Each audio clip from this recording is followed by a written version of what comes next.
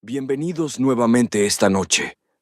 Hoy conocerán dos historias que ocurrieron en hospitales donde el silencio se vuelve inquietante y las sombras parecen tener vida propia. Lugares donde la línea entre la realidad y lo imposible se desvanece. Acompáñenme y descubran lo que habita cuando cae la noche. Historia número 1. Hola, Dorian.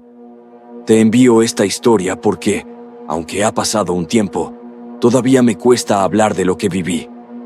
Me llamo Julián, y todo empezó hace poco más de un año, cuando terminé ingresado en un hospital por un accidente doméstico. No fue nada grave, pero me tuvieron que operar y quedarme unos días en observación. Jamás imaginé que esa estancia cambiaría mi forma de ver la vida y la muerte. Me asignaron una habitación compartida en el tercer piso.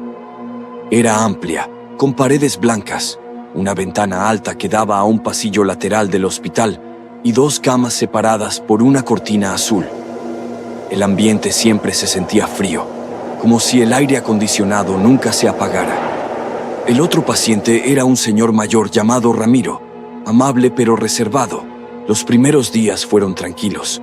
Las enfermeras iban y venían todo el tiempo. Pero una noche conocí a alguien que, sin saberlo, marcaría mi estadía. Una enfermera del turno nocturno, llamada Carmen. Alta, de cabello recogido y una mirada cálida que contrastaba con el silencio del hospital. Desde el primer momento me hizo sentir tranquilo. Esa noche entró en mi habitación con una linterna pequeña colgada del cuello. Su voz era suave, casi susurrante. Me preguntó cómo me sentía y si necesitaba algo. Le dije que solo tenía frío, y ella me arropó sin decir mucho más. Recuerdo cómo sonreía, con una serenidad que me resultaba casi familiar. Pasaron los días y comencé a esperar las noches solo para verla. Siempre aparecía después de las 11, revisaba mis signos vitales y me hablaba un rato. Hablábamos poco, pero sus palabras eran reconfortantes. Había algo en su tono, una calma extraña que hacía que el silencio del hospital no fuera tan pesado. Una madrugada, mientras ella ajustaba mi suero, le pregunté cuánto tiempo llevaba trabajando ahí. Sonrió, miró la ventana y dijo: mucho, más del que imaginas. Pensé que era una broma, así que reí, pero ella no dijo nada más. Esa frase se quedó en mi mente durante días. A veces notaba que las demás enfermeras no la saludaban ni la mencionaban, pero no le di importancia. Tal vez no coincidían en turno, o tal vez yo era el único paciente que ella atendía. Me parecía raro, pero no me preocupaba. De algún modo, Carmen me transmitía seguridad. Una tarde le pregunté a Ramiro si conocía a Carmen. Él me miró confundido y dijo que en las noches nunca veía a nadie entrar a la habitación. Pensé que no se daba cuenta porque dormía mucho, así que no insistí. Sin embargo, esa respuesta hizo que algo dentro de mí se sintiera incómodo. A medida que pasaban los días, comencé a notar detalles pequeños. Cada vez que Carmen se acercaba, la temperatura de la habitación descendía. No era algo extremo, pero el aire se volvía más denso, más pesado. Y lo curioso era que ella nunca parecía sentir frío, aunque yo temblara bajo las sábanas. Aún no sabía por qué, pero había algo en sus ojos que me hacía pensar que me observaba con una tristeza profunda, como si supiera algo que yo no. Esa noche, cuando apagó la luz, sentí por primera vez que algo no encajaba del todo con ella. Esa noche apenas pude dormir. Cada vez que cerraba los ojos, sentía que alguien se movía dentro de la habitación. Abría los párpados y solo veía la sombra de Ramiro durmiendo del otro lado. Pero algo en mi instinto me decía que no estaba solo. Era una sensación pesada, como si una presencia invisible me vigilara desde la oscuridad. A la mañana siguiente, le comenté a una enfermera del turno diurno que en las noches se escuchaban pasos cerca de mi cama.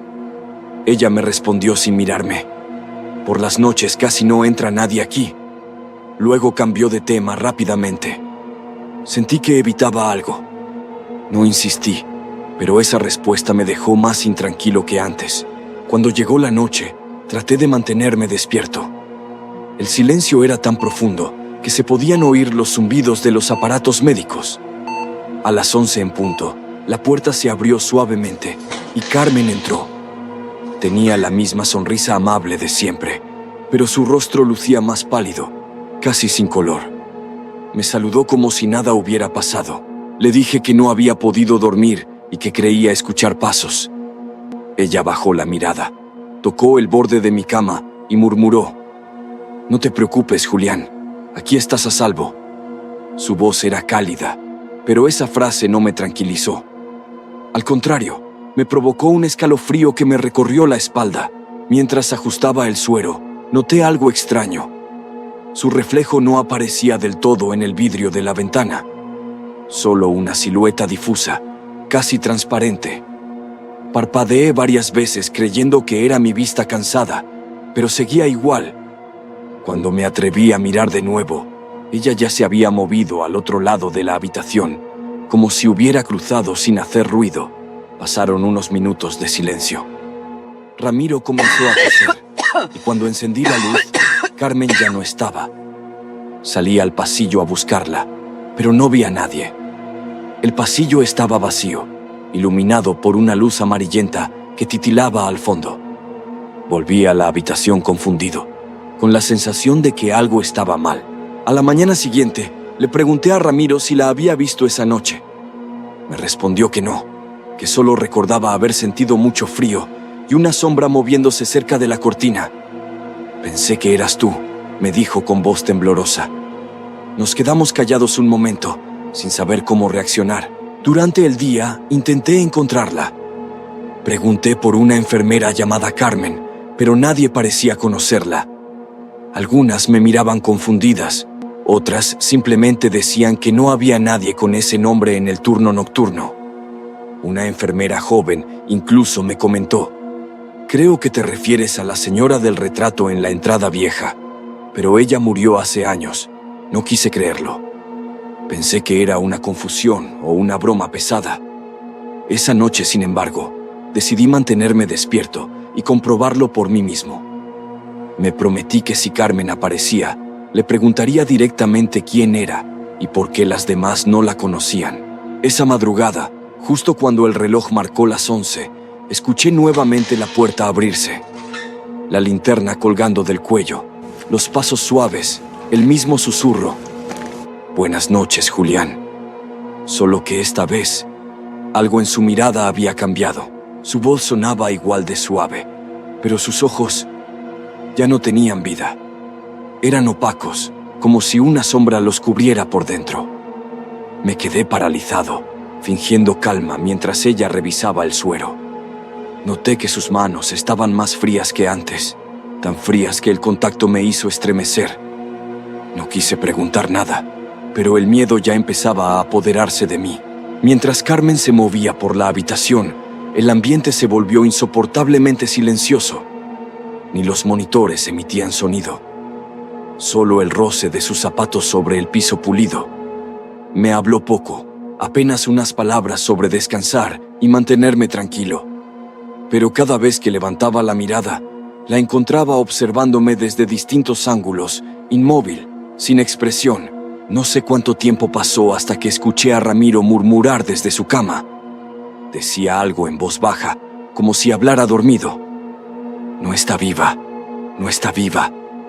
Me incorporé, lo llamé, pero no respondió. Cuando volví la vista hacia Carmen, estaba justo a mi lado. Su rostro estaba tan cerca del mío que pude ver el brillo tenue de una lágrima deslizándose por su mejilla. «¿Por qué dices eso?», le pregunté con voz temblorosa. Ella no contestó. Solo me miró unos segundos. Luego bajó la cabeza y se alejó hasta el rincón, quedándose quieta, mirando la puerta. Todo en su postura parecía triste. Pero en esa tristeza había algo más, una especie de melancolía antigua, como si arrastrara años de silencio. De repente, las luces parpadearon. Ramiro comenzó a toser de forma violenta. Llamé a Carmen para que lo ayudara, pero ella no se movió. Corrí hacia el timbre de emergencia, presionándolo una y otra vez. Cuando las luces volvieron, Carmen ya no estaba. Solo el sonido del monitor de Ramiro, que se apagó lentamente hasta quedar en silencio. Los enfermeros entraron corriendo, pero no encontraron a nadie más. Ramiro había muerto. Intenté explicar que la enfermera estaba allí segundos antes, que la vi junto a él, pero todos me miraron confundidos. Uno de ellos dijo: «No había personal femenino en este piso durante la madrugada». Sentí que el suelo me temblaba bajo los pies. Pasé el resto de la mañana sin hablar. No podía sacar de mi mente la imagen de Carmen llorando, ni el rostro de Ramiro sin vida. Esa tarde, un enfermero mayor se me acercó en silencio. Me dijo: «No seas el primero en asustarte, muchacho. Muchos pacientes aseguran ver a esa mujer, siempre en el turno de noche, justo antes de que alguien se vaya». Esa noche me negué a dormir. Me quedé mirando la puerta, esperando. El reloj marcó las 11. El pasillo estaba vacío, pero el aire se volvió gélido. Escuché el tintinear de una linterna al fondo del corredor, avanzando lentamente. Los pasos se detuvieron justo afuera de mi habitación. El pomo de la puerta giró con suavidad, y aunque mi cuerpo me pedía gritar, no pude moverme. Carmen volvió a entrar, pero esta vez no traía linterna ni sonrisa. Solo un silencio que pesaba más que el miedo. La vi entrar lentamente, con la misma bata blanca, pero su rostro ya no era el mismo. Había perdido toda expresión humana. Su piel parecía más pálida, y sus movimientos eran tan suaves que apenas se escuchaban. Se detuvo frente a mi cama, observándome sin pestañear. El silencio era tan absoluto que podía escuchar mi propio corazón latiendo con fuerza. Intenté hablar, pero mi voz no salió. Carmen inclinó la cabeza, como si lamentara algo. Luego se acercó y me tomó la mano. Sentí un frío penetrante recorrerme el brazo, un frío que no era de este mundo. «No tengas miedo», murmuró. «Nadie debería morir solo». Sus palabras me helaron el alma. No entendía por qué las decía, ni qué significaban realmente. Quise apartarme, pero no pude moverme. Mis músculos no respondían. Ella seguía mirándome, con esa tristeza que parecía eterna. En ese momento, detrás de ella, noté una figura que cruzó el pasillo. Una enfermera joven, de carne y hueso, entró a la habitación y gritó al verme tan pálido. Carmen se giró hacia ella y simplemente desapareció ante mis ojos. La enfermera encendió las luces y llamó a los médicos. Me revisaron y aseguraron que había sufrido una fuerte crisis nerviosa. Nadie les creyó cuando intenté explicar que Carmen había estado ahí. Ni siquiera cuando describí su rostro, su voz, su manera de caminar. Me miraban con compasión, como si hubiera perdido la razón. Días después, antes de darme de alta, decidí buscar respuestas. Fui al pasillo viejo del hospital, donde colgaban retratos antiguos del personal. Y ahí estaba Carmen. La misma sonrisa, el mismo rostro, la misma linterna colgada del cuello.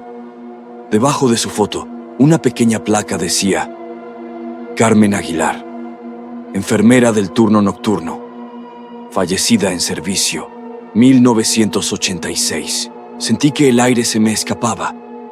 Recordé cada palabra, cada mirada, cada noche que pasé con ella. No podía entender cómo era posible. Caminé hasta la ventana del pasillo, temblando, y por un segundo creí ver su reflejo en el vidrio, mirándome desde el otro lado. No con maldad, sino con la misma calma con la que me acompañó aquellas noches. Esa misma tarde me dieron el alta. Pero antes de irme, una enfermera joven me detuvo.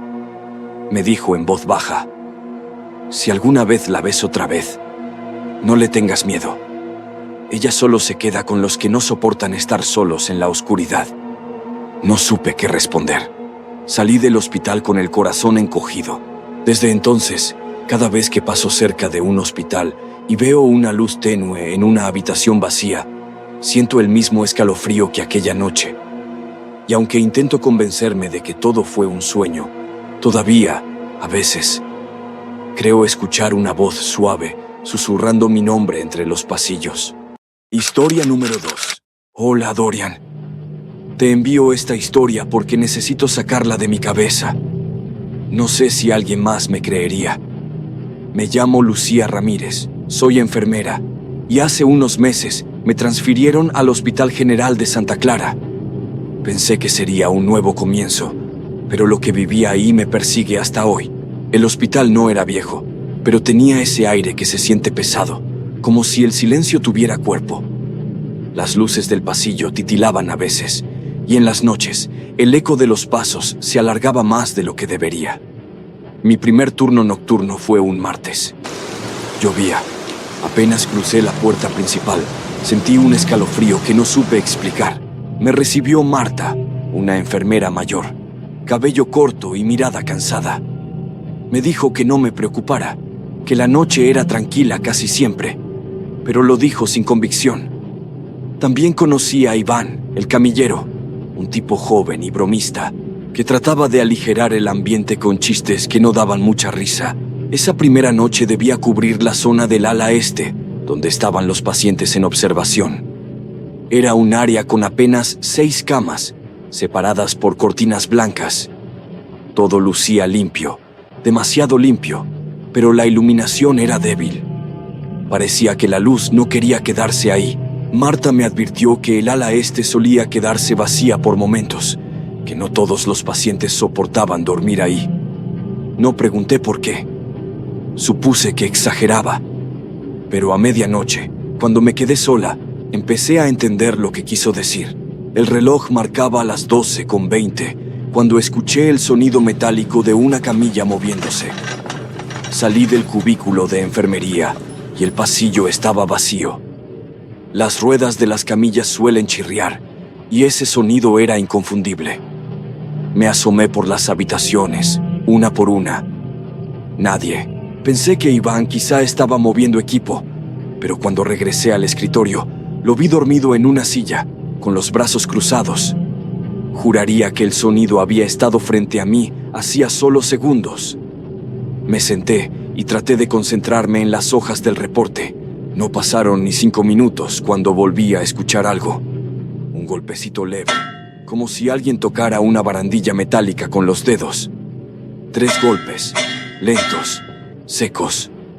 No venían de una dirección clara, más bien del pasillo completo. Me puse de pie y caminé despacio. El ruido cesó. Entonces noté algo en la última habitación del pasillo. La cortina blanca estaba moviéndose, aunque no había ventanas abiertas ni ventiladores encendidos. Me quedé observando, sin atreverme a entrar. La cortina se detuvo de golpe, y justo en ese instante, las luces parpadearon. No duró más de un segundo, pero vi una silueta detrás de la tela. Alta, encorvada, inmóvil.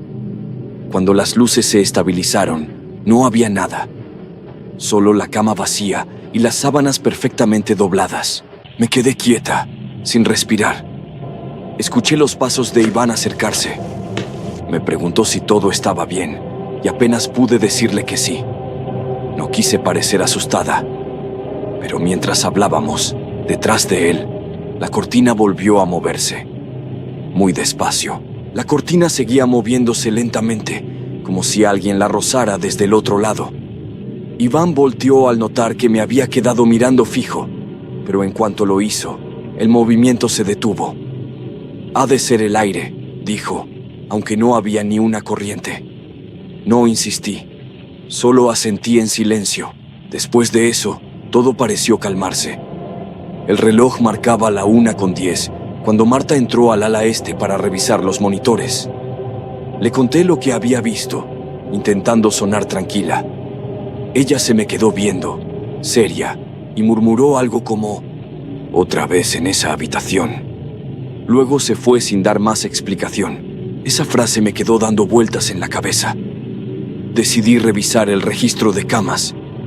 La habitación era la 302, y según el libro de ingresos, nadie debía ocuparla desde hacía 3 noches. El último paciente anotado ahí era un hombre mayor, fallecido por un paro respiratorio. El nombre estaba tachado con tinta negra. No sé por qué, pero sentí la necesidad de entrar. Empujé la puerta y prendí la luz. Todo estaba perfectamente ordenado. La cama tendida, el suelo limpio, ningún olor a desinfectante fresco. Pero había algo extraño. Una de las barandillas metálicas tenía marcas, como si alguien hubiera raspado con las uñas. Me acerqué. Eran líneas finas, irregulares, recientes. Pasé la mano por encima y sentí las rebabas del metal. En ese momento, escuché pasos en el pasillo, lentos, arrastrados. Pensé que sería Marta, pero al asomarme, no había nadie. Los pasos se habían detenido justo fuera de la habitación.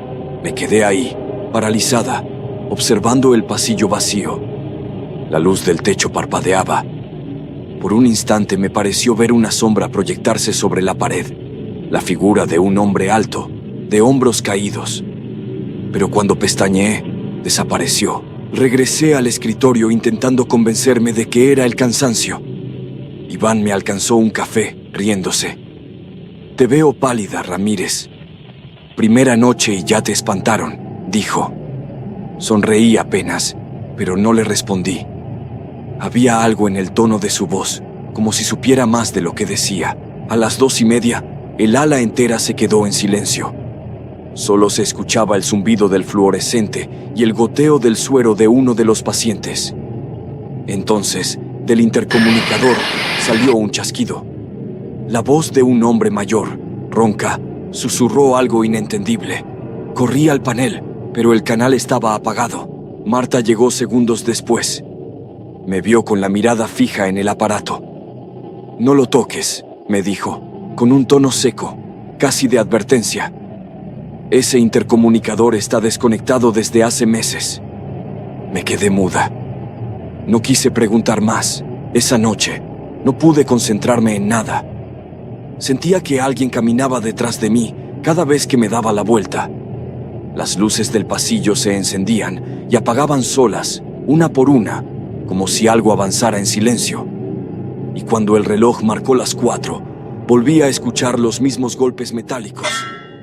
Esta vez más cerca, más lentos, y cada uno sonaba como un llamado. Los golpes metálicos se repetían, espaciados, con una precisión que me heló la sangre. Venían del final del pasillo, justo donde estaba la habitación 302. Tomé la linterna del escritorio y caminé despacio, con el corazón retumbando tan fuerte que sentía que alguien más podía oírlo. Cada paso que daba hacía crujir el piso, y el eco del metal golpeando se detenía apenas me acercaba. Encendí la linterna. El haz de luz tembló sobre las cortinas. Todo estaba quieto, pero una sensación densa me rodeaba, como si el aire mismo observara. Al llegar a la puerta de la 302, noté que estaba entreabierta. No recordaba haberla dejado así. Empujé lentamente y la cama estaba vacía. O eso creí, hasta que la linterna iluminó el suelo. Había marcas de ruedas de camilla, húmedas, que se extendían hacia el pasillo. Me giré para seguirlas y escuché una respiración fuerte, áspera, detrás de mí. Sentí el impulso de correr, pero no lo hice. Giré la linterna y vi, por una fracción de segundo, una figura parada junto a la ventana. Un hombre mayor, con bata de hospital, la mirada hundida y la piel grisácea. Y luego, nada. El golpe del apagador sonó seco. La luz de techo se encendió sola. La habitación estaba vacía, pero el suero que colgaba del soporte se movía lentamente, como si alguien acabara de rozarlo. Salí de ahí sin voltear, sintiendo que la respiración seguía a mis espaldas. Cuando llegué al escritorio, Iván no estaba. El vaso de café seguía sobre la mesa, aún tibio. Llamé su nombre varias veces, sin respuesta. Marta apareció poco después, con la expresión más seria que le había visto. Le conté lo que había pasado, y en lugar de sorprenderse, solo bajó la mirada. «Lucía, ese hombre murió en la 302. Se llamaba Eduardo Morales. Era un paciente terminal. Nadie pudo moverlo a tiempo cuando entró en paro. Dicen que todavía lo escuchan en las noches». Su voz temblaba, pero no de miedo, sino de resignación. Intenté no creerle. Quise pensar que era una historia para asustar a los nuevos. Pero a las 5, justo antes del amanecer, Las luces del pasillo comenzaron a encenderse una por una. Se escuchaba el chirrido de una camilla avanzando lentamente hacia nosotros. Marta y yo nos quedamos quietas. El sonido se detuvo frente a la estación de enfermería. No había nada, pero las ruedas dejaron una línea húmeda en el suelo, como si acabara de pasar por ahí. Entonces, en el vidrio que daba al pasillo, se marcó una mano. Grande, arrugada, hundiendo la piel contra el cristal, y luego se desvaneció. Marta retrocedió, pálida. Yo no pude moverme. Fue en ese momento que comprendí que lo que rondaba en ese hospital no era solo un recuerdo. Era una presencia que no había aprendido a irse. Y por alguna razón, me había elegido a mí para recordarlo. Esa madrugada, después de ver aquella mano en el vidrio, todo el hospital pareció detenerse. No se oía nada, ni el zumbido de los monitores, ni el goteo de los sueros. Solo mi respiración entrecortada y el temblor de mis manos. Marta se fue sin decir palabra, dejándome sola frente al pasillo vacío. El amanecer trajo un silencio extraño, como si el lugar hubiera exhalado algo. No pude dormir al llegar a casa. Cerraba los ojos y seguía viendo la silueta de ese hombre en la ventana. Pero debía volver la noche siguiente. Era mi turno. Y parte de mí necesitaba respuestas. Volví antes de que anocheciera. El hospital estaba casi vacío. Iván no había regresado desde la noche anterior. Me dijeron que pidió cambio de área, pero nadie explicó por qué. En su silla aún quedaban sus guantes y un café seco. Era como si se hubiera ido apurado. Durante horas, todo transcurrió en calma. Hasta que, cerca de las 2, el intercomunicador volvió a sonar. Esta vez la voz fue clara. «Ayúdame». Me quedé helada. Era una voz cansada, masculina, quebrada. Fui directo a la 302. La puerta estaba abierta de par en par. Dentro, el monitor parpadeaba, aunque no había ningún paciente. Las líneas de la pantalla dibujaban un pulso débil, irregular, que luego desapareció. Sentí un escalofrío en la nuca y me di cuenta de que no estaba sola. Detrás de mí, el reflejo en el vidrio mostraba una figura. Me giré despacio.